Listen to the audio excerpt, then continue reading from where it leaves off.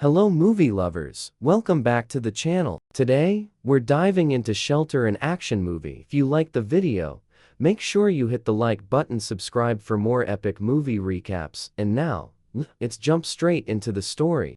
On an isolated island off the coast of Scotland, Michael lives alone with his dog. Once a week, Jessie and her unclubbering him supplies. However, Michael always avoids them. One day, when Jessie leaves the crate at the house, she also leaves a small gift. After the boat is gone, Michael grabs the crate and abandons the gift on the floor. Hess spends the rest of the day drinking and playing chess against himself. That following week, Jessie breaks the rules by knocking on his door. Michael scolds her as he grabs the new crate and tries to close the door, but Jessie stops it with her foot and offers the gift again. She asks him why he never greets them, but instead of answering, Michael moves her foot and closes the door. Jessie yells that she isn't afraid of him before leaving. The gift is left on the doorstep again. On the boat, the Enclehers alerts of a strong storm coming. The sky is already becoming dark and the waves are getting violent. After some struggle, Jessie manages to get on her boat and starts rowing, but the waves soon take her oars and push her into the water. Her uncle wants to help her, however, the waves are pushing down his boat as well. On the island, the dog whines while looking out the window, causing Michael to finally notice what's happening. As he runs out of the house, he accidentally kicks the gift. Michael gets on his boat and slides down a platform to reach the water, turning on the engine to move as fast as possible. Jessie has managed to resurface, but her legs are stuck in a net, so she can't swim. The waves push her underwater again, and she falls unconscious. Then, Michael jumps into the water and entangles the net to finally free Jessie. He wants to rescue her uncle as well, but unfortunately, he drowned after the waves trapped him in his boat. Michael brings Jessie to his own boat and starts doing CPR until she's breathing again. In the evening, Jessie wakes up on Michael's bed. She asks for her uncle, so Michael has to tell her what happened, causing her to cry. Jessie don't leave the bed for the rest of the day, and Michael sleeps on the couch. The next morning, Michael takes care of Jessie's ankle, which is swollen and covered in cuts from the net. Jessie asks him why he hasn't called the police and wonders if anyone knows she's there, but Michael only tells her to rest. While he gets a drink, Jessie snaps and demands to be taken back to the mainland, saying her family will be looking for her. However, Michael knows she doesn't have a family. Her mother died and she never met her father. After Michael goes outside, Jessie leaves Steve and desperately searches his desk until she finds a knife. She can hear him coming, so she hurries back to Thebe and hides the knife under her pillow. That night, Michael is awakened by the noises Jessie is making because of a nightmare. He tries to check on her, but as soon as he touches her arm, she wakes up and threatens him with a knife. Michael tells her it was just a dream and teaches her how to use a knife correctly. As days pass, Michael keeps taking care of Jessie. He carries her to the bathroom, prepares meals, and handles her injuries. Jessie eventually can walk outside and spend some time with the dog, which Michael appreciates. One afternoon, Jessie asks him how he knows her family, so Michael reveals that he and her uncle served together in the Royal Marines. She realizes Shadow doesn't know his name, but Michael refuses to share it. When he tells her that the dog doesn't have a name, Jessie decides to call him Jack. Then Jessie comments on Michael's chess moves, revealing she's a very good player. Michael decides to check on her ankle and notices it's infected, but he refuses to go to a hospital and promises to get what's needed. After Michael leaves on his boat, Jessie looks at his desk and discovers he's made a drawing of her and Jack. When she opens the drawer, she notices that Michael did open the gift after all. It's a snow globe with a lighthouse like the one on the island. In London, a government commite is chewing out Manafort for illegally using his surveillance program Namthea. This program has tapped into every single phone and camera in the Octo collect and store information. Manafort tries to defend Thea, claiming that it's prevented dozens of attacks and has led to the identification of numerous terrorists. After the hearing, Manafort meets with the Prime Minister to discuss how the fallout of the Thea program is a national embarrassment for the government. The Prime Minister turns off the recording equipment on her desk and proposes a deal. Manafort will be fired in the eyes of the public so the government can pretend to show accountability, and his protege, Ribera, will take over. In return, Manafort will be allowed to hide and run the Thea program in secret. Manafort agrees and the Prime Minister congratulates him on his retirement. In Scotland, Michael goes to the pharmacy and tries to avoid all the cameras while he shops. Then he goes to a clothing store and makes Reto avoid all the cameras again. Quick means he grabs the closest clothes instead of looking for something fitting. When he leaves, he walks behind some girls taking a selfie. His face eyes caught on camera, and soon the Thea program flags him as a violin terrorist. Manafort's protege, Ribera, sends an assault team after him. On Iceland, Michael bandages Jessie's ankle properly and gives her some sweets with medicine. He also gives her the clothes, and surprisingly they fit well. That night, Michael interrupts their dinner when he hears a noise outside. He uses his binoculars to investigate and sees a boat coming to the island. Michael tells Jessie to lock herself up in the bathroom, not to make a single sound until he comes back. She takes that knife before going to the bathroom, and Michael also gets a blade before rushing outside to get things ready. As soldiers get off the boat and begin to approach house, Michael cuts a rope that throws a huge rock down the hill and activates a net that captures one of Demon to drag him underwater. Then, Michael turns on very bright lights, blinding the soldiers because they're wearing night vision gear. They immediately take it off and open fire when they see Michael running nearby. Since he manages to run ahead, a soldier decides to chase him up a hill. Michael surprises him from behind by breaking a lantern on the man's head before shooting him with a flare to set him on fire. Soon, another soldier makes it to the hill, so Michael throws a rock to create a distraction. Then he stabs the guy and throws him into the ocean. Meanwhile, another soldier bursts into the house and Jack immediately attacks him. After some struggle, the soldier shoots Jack to kill him. Then the man kicks the bathroom door open and easily disarms Jessie before capturing her and taking her away. In the garage, a soldier searches for Michael, who activates another trap that impales Demon with a hook. He ties the rope to leave the guy hanging and hides. Soon another soldier arrives and Michael jumps on him to disarm him before fighting him hand to hand. He manages to stab the soldier a couple of times, yet the man keeps on fighting. Michael hits him with an oar to bring him down, then pushes the oar against his neck to kill him. At that moment, Michael Hurst just screams. He grabs the dead soldier's gun and opens fire, hitting the kidnapper in the legs to make him fall. With Jessie no longer in the way, Michael shoots the last soldier to death. A closer look reveals that the soldier had been recording, so Michael takes his equipment and tells Jessie to wait for a moment.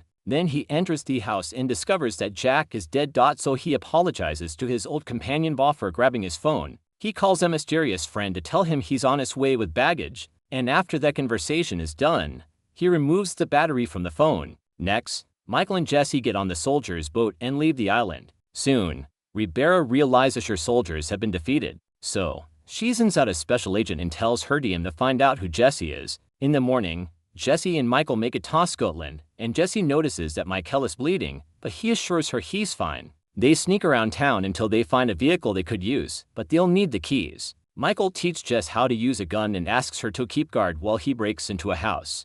Inside, Michael searches for the car keys, only to be seen by a boy. Suddenly, the house owner appears at the door and points his gun at Michael. However, Jessie surprises him from behind and forces the man to help Michael with this injury. Meanwhile, a technician in Ribera's team has some news that her Aura's profile they saw earlier is fake. It was programmed to pop up whenever a certain face appears on camera. Whoever created this used self-deing code, but the technician manages to crack it. Now, Michael's profile is on the screen and it says he was killed in action. After Robert points out that someone is trying to make them kill their own people, the technician tries to access Michael's mission logs, but the computer says that file doesn't exist. At that moment, the computer picks up a 911 call from a boy in Scotland whose father has been captured by a man and a girl. Roberto immediately sends another team out with the agent she called earlier. Meanwhile, Manafort uses his software to keep an eye on everything. He checks the soldier's recordings and is horrified to discover that Michael is involved. One hears that Ribera is sending out a certain agent.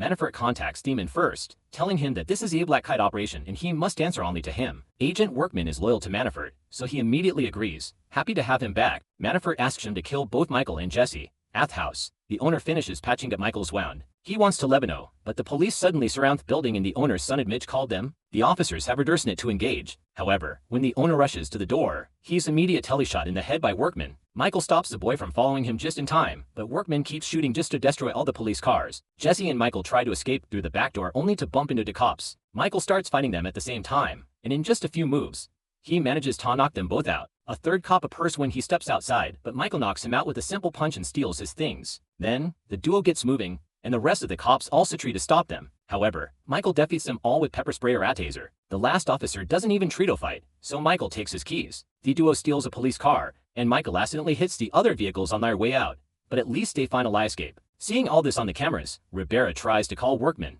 However, he's turned off his communicators. Meanwhile, Workman chases the police car and hits it with his own vehicle, but Michael manages to speed up to move ahead. Workman opens fire, which cracks windows, but doesn't hurt anyone. Then he hits the police car a few more times, causing most of the windows to break. The chase continues through Thefris where Michael makes a sudden turn to hopefully lose the enemy. Unfortunately, Workman catches on quickly and follows them again, hitting them a few more times. When Workman opens fire again, Michael dodges the bullets and starts driving a bit more slowly. Once Workman is at the front, Michael hits his car, causing it to flip over. Michael makes sure to push it off the road before he and Jesse leave. A few miles later, they find a construction site, and Michael announced they are switching cars. In the woods, Workman is still alive and starts walking down the road, which is suddenly blocked by a police car and a civilian vehicle. Workman quickly shoots down the officer before forcing the civilian to hand him the car. At the office, Rob rackles Manafort to ask him if he knows Mikkel. Manafort explains that Yersago, he ran an off-book program of elite agents called Black Kites. These agents could act in secret without the government keeping an eye on all fire missions. Michael was one of the first agents and a true prodigy. One day, he was sent to kill a foreign intelligence fighter, but instead he falsified his report and disappeared. Manafort thinks Mitchell joined the enemy and advised Roberta to use all her power to stop him. Afterward, Roberta makes her technician hack into the Black Kite system. She discovers that Michael helped an Iranian scientist defect after he gave them all information on their nuclear program. His orders had been to kill him, but Michael refused to ignore the deal. While Roberta keeps reading theft files,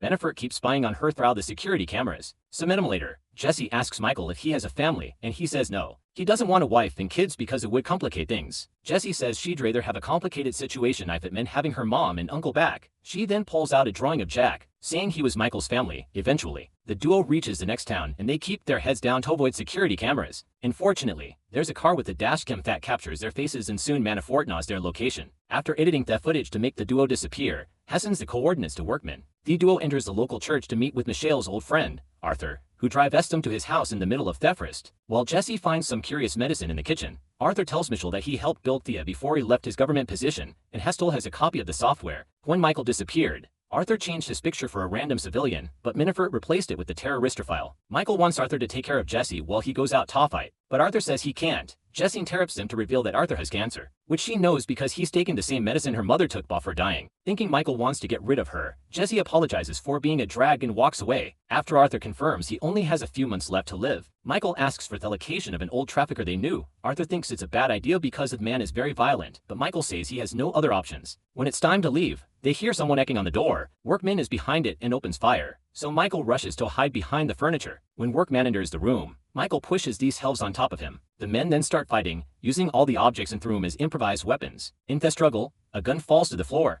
Both men are excellent fighters, but after exchanging a bunch of blows, Workman manages to overpower Michael. When he's about to kill him, Jesse points the gun at him and begs him to stop. Workman jumps on her to disarm her, and Michael grabs a nail gun to shoot him a few times before running with Jesse. As Workman opens fire again, the duo reunites with Arthur and they leave it together in his car. Workman runs after them with more shots, but it's too late.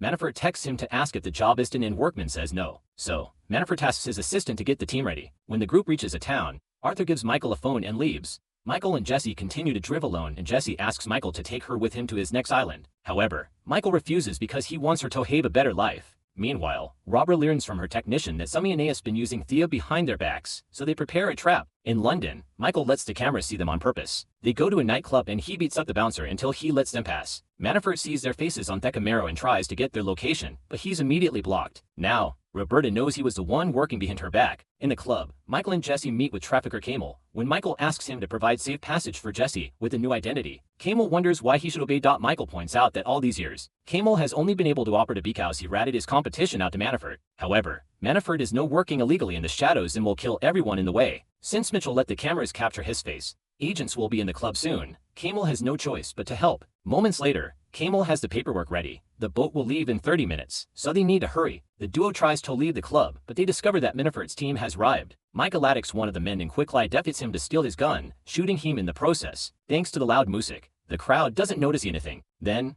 Michael takes a glass from the bar and breaks it before stabbing another agent multiple times. The next enemy is quickly shot down and this time a few people notice. Jesse and Michael try to take the bathroom corridor but another agent finds them there and a shootout ensues. After Michael distracts the enemies, he drags Jess back to the club where the agents suddenly surround him and start beating him up. Jesse tries to join the fight and a man brings her down. So, Michael shoots the guy to save her. The crowd finally panics and runs away. In that chows, it's difficult for Michael to move and an agent takes the chance talking up Jesse. Michael calls Arthur, who gives him directions by following the kidnapper on the security cameras. As Jess is thrown in the back of a van, Roberta's soldiers also arrive in Block Street. Michael still thinks they're enemies and beats up a few of them to open the way and keep running. When happens the van, Manafort's agents surround him, so now he has to fight them. Michael brings them down one by one before rushing to reunite with Jess. At that moment, Workman arrives, so the duo steals a bike to escape. At the pier, Jesse cries because Shadow doesn't want to leave without Michael. Suddenly, they hear a gunshot, so Michael tosses Jesse on the boat and watches her leave safely. Afterward,